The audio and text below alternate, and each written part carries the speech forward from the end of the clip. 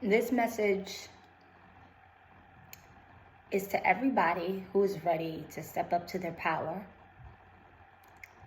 and stop being crumb snatchers. Big shout out to Nazir Ra and Hidden Power University. Tremendous shout out to the brother. To me, he is the embodiment, one of many embodiments of an alpha male. Don't just get the knowledge, people. Become a member, support the brother. That's what we got to stop that. Because we are blocking our own blessings. It should take nothing out of you to say, you know what? I heard a profound point from Tahuti Ma'atara. Wow, I was listening to Brother Red Pill and Blue Pill, the twin pillars, and they said something that was astonishing. It made me reevaluate my whole mentality. I was listening to Infinite Waters. I'm a deep diver. He said something that was so inspiring. It changed my day. I was listening to Dr. Umar Johnson. I was listening to Tariq Nasheed. I was listening to Sadhguru. It doesn't take anything away from you to give credit where credit is due, my people. And by giving credit where credit is due, you invite the surplus of your blessings to flow to you. When we talk about spirituality, we talk about religion, my interpretation of it is that the Most High, our Creator, whatever you call Allah, God, some people say the universe. I've been advised to be reluctant about saying the universe because the universe is all-encompassing. But then again, our Creator is all-encompassing. Anyways, my interpretation of it, a large portion of it, is that our Creator just wants acknowledgement and gratitude. When you are a God of abundance and prosperity, we don't give God anything. God gives things to us. And all that we're really asked to do is acknowledge and show our appreciation by saying, La ilaha illallah, there is no God but Allah. By saying all praise is due to our Creator. I was speaking earlier, I said we have to revisit this indoctrination. We have to revisit these concepts. I was listening to Nazir Ra last night. I listened to two. I had to catch up. I had to listen to two of his videos. Always on point. Always knowledgeable, always bringing the knowledge. And you really need to step up to your power and stop being a crumb snatcher. And you really need to go ahead and sign up for Hidden Power University. And you're not doing the man a favor. You're doing yourself a favor.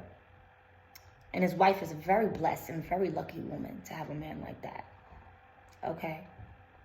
Now, I know the world is about balance, but if every man could be like that, we would be very blessed and very lucky women.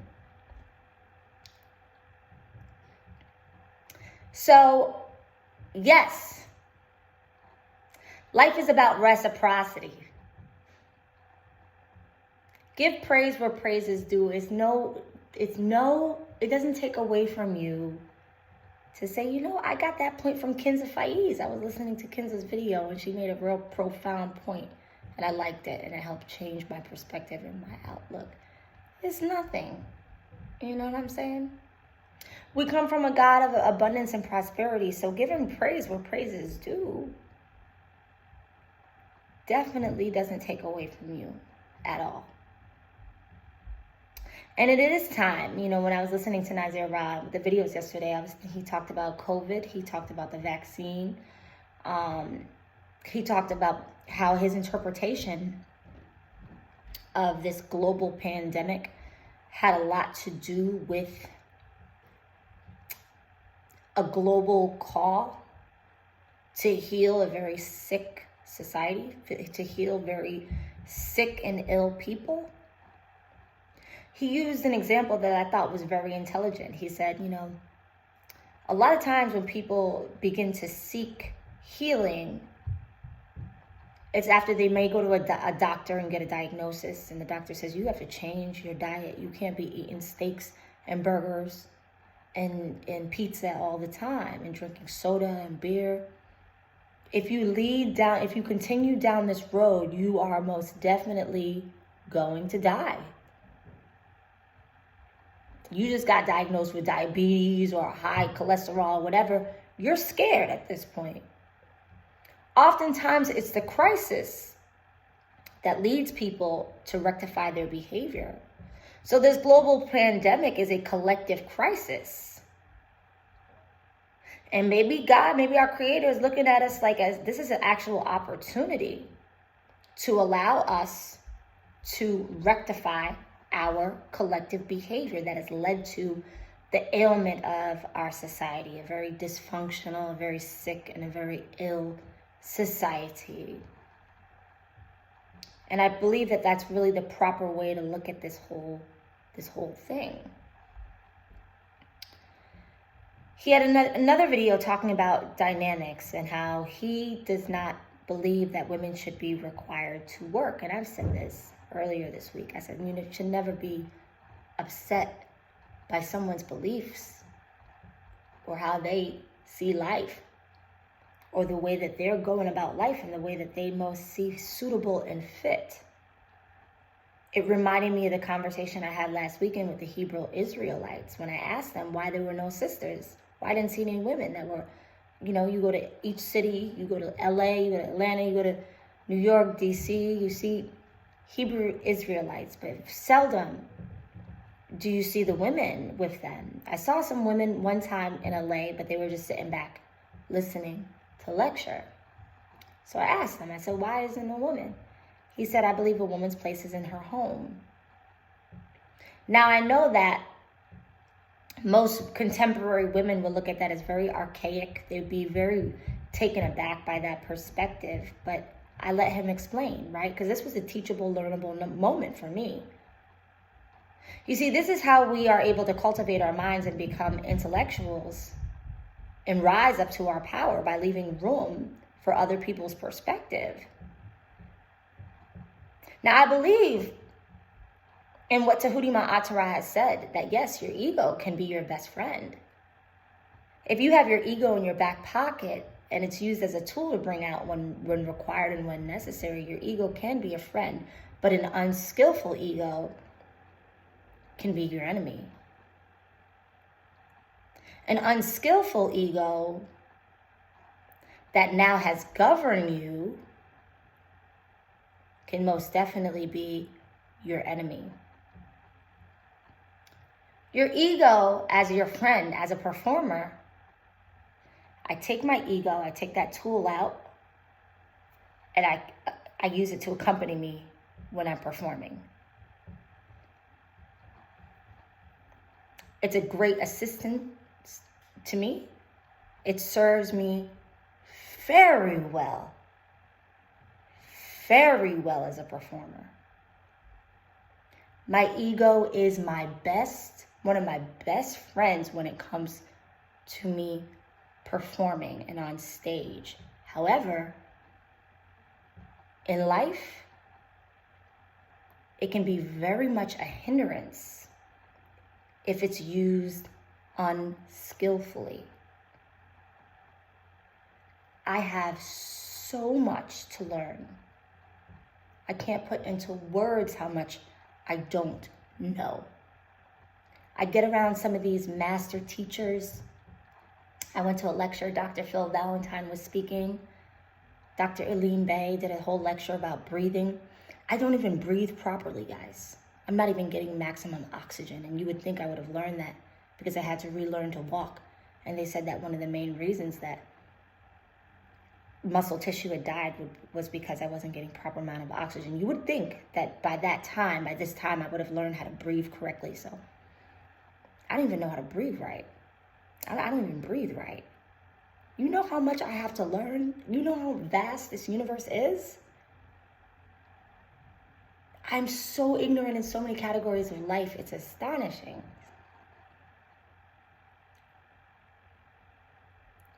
So I asked the brother, I asked the Hebrew Israelite, I said, well, why? Right?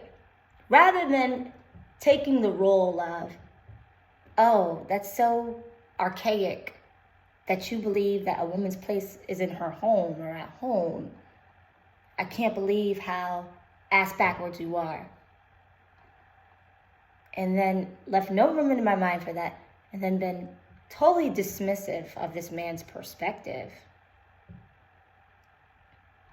I asked him why. He said, I understand the nature of the beast.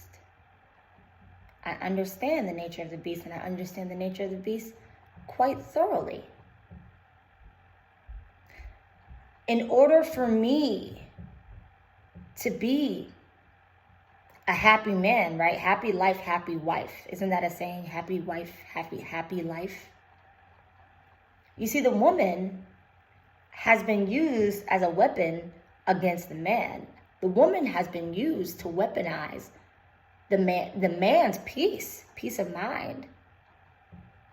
After an 8-10 hour day of being antagonized and provoked by your boss, what kind of energy do you think that woman is bringing home to her family? You see, my observation is it's never the work at hand. I've literally had people sit back and watch, and this is not coming from my ego, guys. I'm just stating the truth. I've had people sit back and watch like, how is this woman working this hard? How does this woman handle this amount of work? For me, it was never the work at hand. Ever, ever, ever. When I say at one point in my life I was a full-blown workaholic, I've worked 14-hour days. I've worked 14-hour days, no break, no lunch. It was never the work at hand, guys. It was never, ever, ever the work at hand.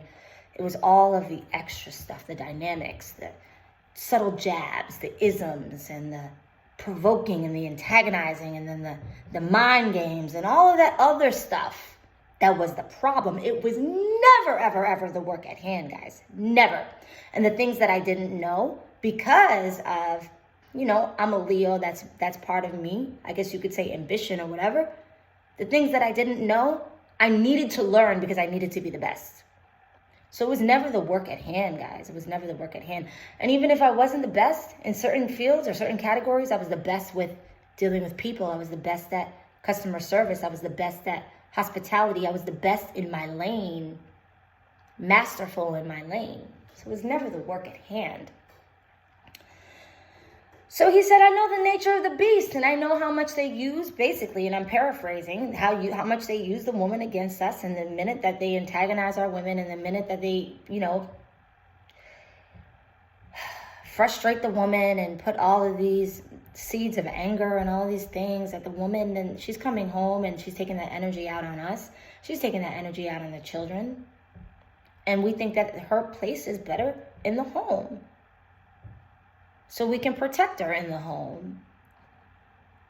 And I said, you know what? Whether you agree or not with that, it makes sense. Whether you agree or not, it made sense, right? People are free to do what works for them, what's best for them. And I'll be damned if I ever judge another man for finding a formula in his life that brings him peace. That is way overstepping my boundaries. I'm not that much of a control freak. That is way overstepping my boundaries to tell somebody how they live their life, especially if they've managed to cultivate peace within their life, right? Happy wife, happy life.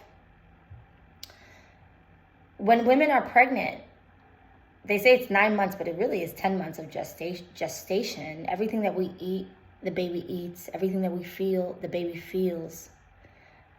I met this peaceful baby, one of the most peaceful babies. It was so bizarre how peaceful this baby was. Just a happy baby, didn't cry, didn't complain, just chill, like a grown woman.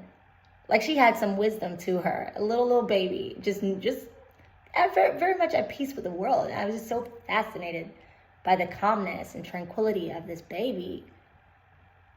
The cute as a button, just cute. And when you look at her parents, her dad was so chill, very peaceful. Her mom has such a peaceful energy, so peaceful. And so we understand, why people say, we know that women can work. We know that women are intelligent. Women can do whatever we want to do. We could be presidents if we want to be presidents. We're intelligent enough to do whatever we want to do. But we know the nature of the beast and how there are many forces that really do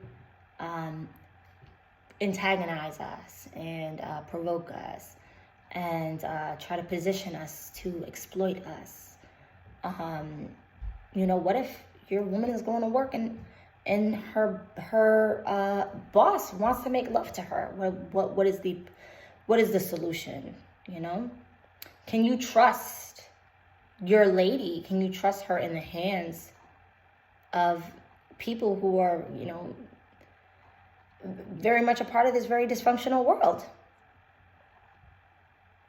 And I'm not making a generalization, because I believe in a being that is in total dominion over prosperity and abundance and all of these things. Tahuti Ma'atara raised a great point. He said, the pillar to his success is his peace. You can sleep. He sleeps well at night, wakes up feeling rejuvenated and refreshed, has a clear mind and a clean spirit to be able to do the work, can be very productive. Why?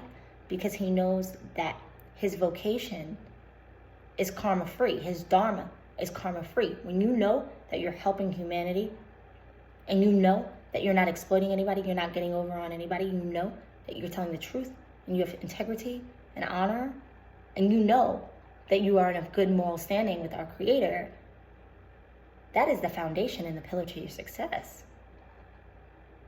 You don't go about life with a sense of fear or paranoia or anything of that nature. You're able to sleep with a sound mind because you know that what you're giving to the world is honest. Right? I'm a saleswoman. I always know, okay? Just like I can sell something, I can sell water to a well, literally. I can sell, I'm very confident in my sales ability. I also, as a consumer, can feel people's energy, can feel people's vibes. I know when someone's not telling me something about this sale, something's a little suspicious about the sale, right? Your vibe doesn't lie. Your aura doesn't lie. Your energy doesn't lie. The confidence in your tonality doesn't lie. So when you have a product that's really good, the product literally can sell itself because you know, oh my gosh, this product is actually going to change people's lives, right? Whereas if you know that there's something that's kind of a little, and there's energetic or subliminal hesitation or block, because you deep down, you might not be as convincing. And people, especially people with discernment, can always tell. Last point is, right now, with everything that I've been going through, it's a call for charity. That's really what's in my heart to do, more so than ever before. I applied for a charity, to be a volunteer for a charity a couple of years ago, and I was not able to work that charity. Something came up. It was really, really minor. But this was a charity for homeless women's children. And I looked at all of the volunteers for the charity, and there were no people that looked like me. And I thought it was bizarre. So I would like, the Black millionaires, I would like, people who are in positions to reach out to help their own communities. I would like to use this time to say that it's really time for us to be able to develop our own charities and be able to be of service to one another. And this isn't really a black or white thing, but it is a matter of, I thought it was important for me to be a mentor to these young black girls because I wanted them to see me, see somebody that looked like them, and see that when I told them my story about the things that I had been through, that they were going to find hope, that they were going to find a way out. And I think that it's very important that we do take dominion over our community, for those reasons. Big shout out to all the master teachers. I will continue to show love to all the master teachers. Queen Afua, I didn't mention the ladies, Mama Pill. I didn't mention the ladies in this one, but there's plenty of ladies that are also doing the work that I have tremendous love in my heart for. So thank you all. But this is really a call to be able to let's start some charitable, efforts, and let's galvanize. Let's get together and let's take dominion over our community. Peace, y'all.